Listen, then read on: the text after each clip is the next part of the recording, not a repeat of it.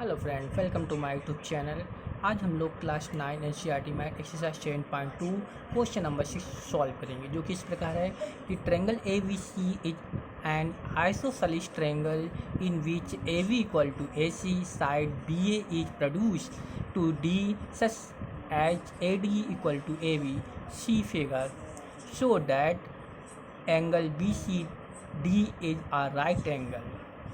तो इसमें A B C D is an iso triangle दिया गया है। ये कि ए बी सी एक आइसोसेलेस ट्रायंगल है जिसमें ए बी इक्वल टू ए सी किया है। बी ए साइड को आगे की ओर बढ़ा दिया गया डी तक, ये कहा गया है, और फिर डी को सी से मिला दिया। अब यहाँ पर A D equal to A B, ये देखिए ए डी और ए बी इक्वल हैं। तो हमें ये प्रूव करना है कि बी सी डी, ये सी जो एंगल है वो आपका राइट एंगल है।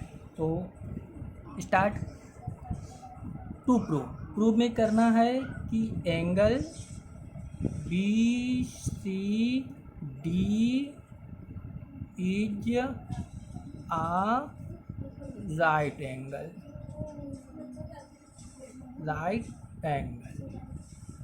ये हमें प्रूव करना है।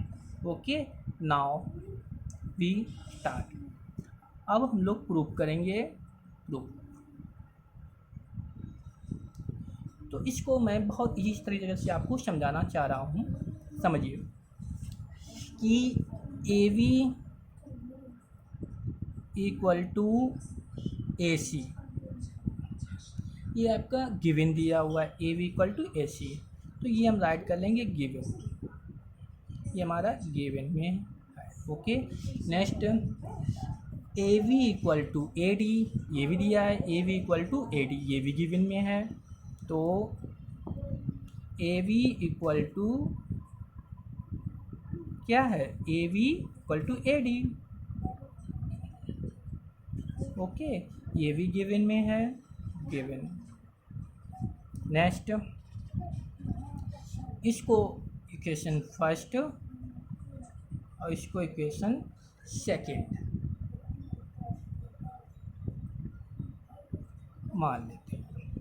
अब क्या करते हैं, from equation 1 and 2, from equation 1 and 2, 1 और 2 से क्या देखते हैं कि A B equal to A C है, A B equal to A D है।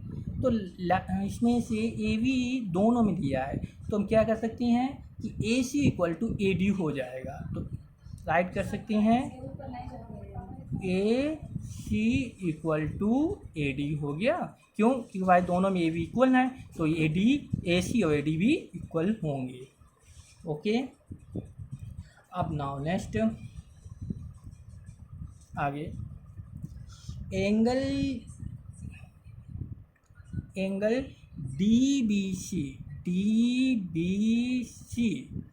Plus angle B D C equal to angle B C D. ये देखिए, समझ में आया? हल्का सा आया होगा। आगे बढ़ रहे हैं कि देख रहे हैं कि डी बी सी, ये वाला बी अभी मिडिल का एंगल होता है, ध्यान रखना, ये मिडिल वाला, और बी डी सी इक्वल है बी सी डी। हल्का सा समझ में आया होगा। अब मैं अच्छी तरह से आपको समझाऊँ, ध्यान दीजिए। और इसको हम और ऐसे भी ले सकते हैं, क्योंकि मिडिल वाला एंगल होता है, तो angle B plus angle middle वाला, angle D equal to middle वाला angle C, B plus D, B angle B और एंगल डी दोनों ऐड होने पर, दोनों जुड़ने पर एंगल सी के बराबर हैं। अब एंगल सी कितना है, अच्छी तरह आप लोगों को मालूम कि 90 डिग्री। ओके, तो एंगल सी मान लो, एंगल सी मान के लो है, ये आपका एंगल सी कितना है, 90 डिग्री का। ओके, तो अच्छी तरह मालूम, जब ये 90 डिग्री का हो तो इनके दो जो एंगल होंगे उन दोनों का सम 90 के बराबर होगा। और जानते हो 3 एंगल 1 2 3 मतलब BCD 3 एंगल का सम 180 होता है। तो ये भी आप अच्छी तरह सीख लीजिए कि जो एंगल C 90 है तो इसके आमने सामने की एंगल का सम इसके बराबर होगा।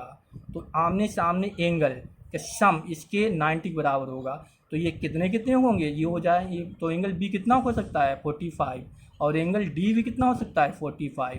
अब देखिए आमने सामने एंगल कितने हैं 40 45 दोनों 40 45 है, ये भी 45 ये भी 45 90 डिग्री हो गए। ओके, अब अच्छी तरह से समझ आया कि angle B plus angle D equal to angle C। Okay, next आगे बढ़ रहे हैं। Angle in triangle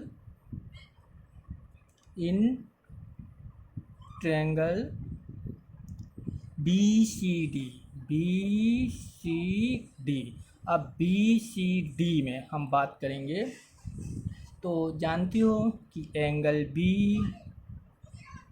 plus angle B plus angle C plus angle D BCD की बात कर रहे हैं। तो तीनों एंगल का सम कितना होता है 180।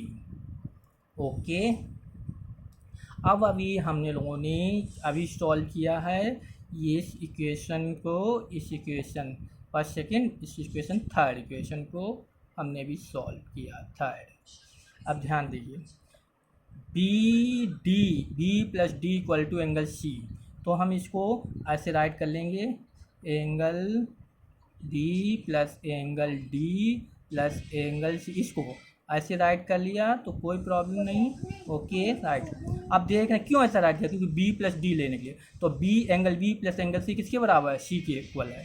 तो हम एंगल B और एंगल D के स्थान पे क्या लिख सकते हैं एंगल C और एंगल C इक्वल टू 180।